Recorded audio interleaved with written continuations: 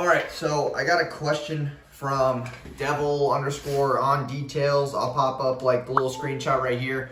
But basically how to build a strong team. And we were recently at a Jason Capital event. I have Dave over here if you guys don't see him, sorry. But yeah, so the one thing that he really was preaching was this like 4-way sequence of building a team, which first it is tactics, and then strategy, and then principles, and then values. So a good quote by Dan Pena is, when the value is clear, the decision is easy. So you want to basically have people on your team that are able to move the needle faster when their values align with yours.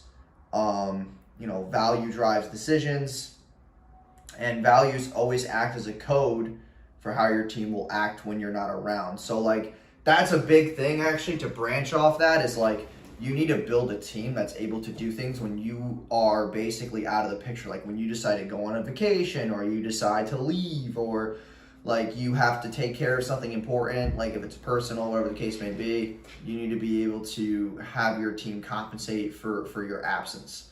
So if there's like a way that you keep track of tasks, or there's someone who you have in charge of managing your team when you're not around, like there's systems and processes that you should have built out.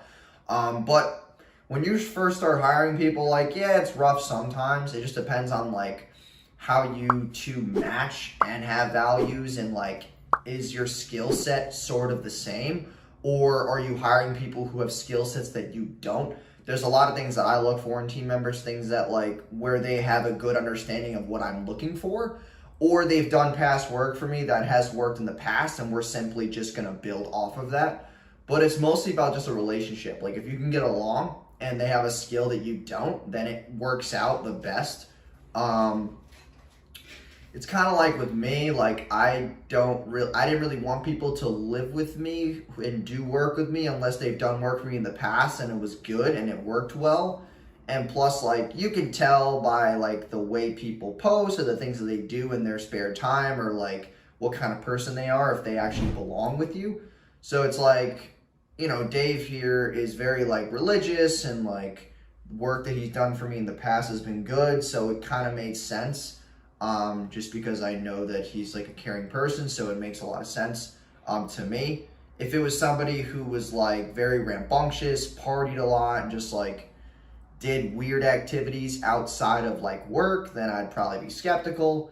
So I was like, that would make the most sense to me when choosing team members. Like, look at how they act outside, and then obviously see how they work within you. Because when you're working with a team, like, you actually need to get shit done. It is about values, but like it's also about like, okay, how are we going to move the needle, and how do your values match that? And then like obviously having tactical, I would say tactical building, and then obviously strategy is also a very important thing, because when I can't come up with shit, I need people who are as smart as me to come up with shit as well, and obviously cast their input and be held accountable for the things that I give them. So if you're really looking to build a team right now, like you really just need to align yourself and think about what you most need right now, and then just find people who are ethical, people who are trustworthy, and people who are smarter than you at that certain task. And then, obviously that way of trust will allow the relationship to grow more. So yeah, thanks for the question, and I'll see you guys in the next video.